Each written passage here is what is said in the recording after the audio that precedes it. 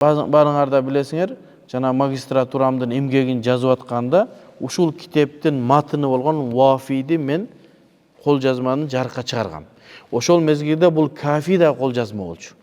Анан Вафиге биздики жанагы чечмелеп оор жерлерин чечмелеп айтыш керек да, ал ошол канчанчы жылы жазылган, мына мисалы 710-жылы хижратта өлгөн болсо имам Насафи. Ошондон бери бул китеп жарыкка чыккан эмес.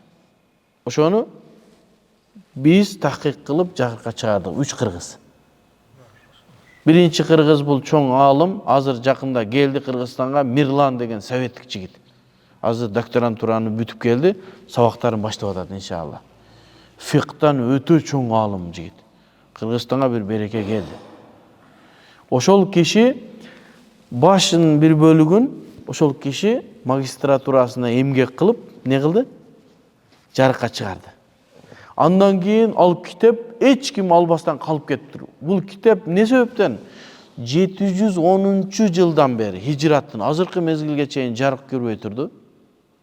Азыр 1946-жыл. 710-жылы жазылган китеп эмне себептен азырга чейин жарыкка чыкпады? Ханафи мазхабта этибарга алынган эң күчтүү китеп. Эмнеге жарыкка чыкпады? Мындай болуп, неге басылып чыкпады мындай болуп, сонун болуп? Адамдар бирөө кызмат кылып чыгарып атат да, буну кол жазманы. Эмнеге чыкпады? Устаздар айтат, бул китеп ушунчалык оор болгондуктан адамдар да берип буну чыгарган эмес. Кой, буну мойнума алып алсам, эртең анын чечмелерин жазам астына. Бул китепке шарх бир эле ушул могу Кафи эле жазылган шарх. Башка шарх жок. Демек бул шархтагы өзү негизи имам Абул Баракат Насафи Вафиди жазганда жазып элдерге сунуш кылса, окуп көрүн, сонун китеп экен, бирок кыйын жазып, оор жазып койсун. Дегенден кийин ага мынау Кафиди жазыптыр шарх. Адамдарга жеңил болсун деп. Анан элдер мынтип карап, сонун китеп жазды. Бул Кафи андан да оор болуп кетти. Эки китептен кол жазма ойдон калып кеткен. Анан кол жазма ойдон калып кеткенде аны эч ким эмне кылбай койгон.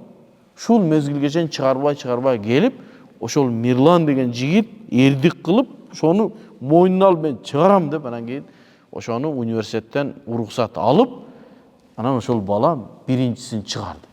Чыгарып, магистратурасын жактап, мен эркекмин деп. Бүткөндөн кийин андан башка эч ким келбептир. Жок, 3-5 жыл, 6 жыл.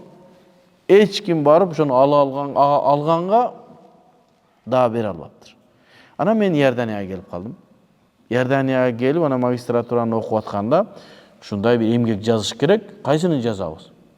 Аны издеп, буну издеп атып, буну көрүп калдым. Сен калганча, жок, эч ким албай атат. Китептин оорлугунан. Анан кийин ошол китепти мен алдым. Ошо Мирлан шейх токтогон жерден баштап 3кө бөлдүк да. Бир жерге чейин мен келинчегим алды.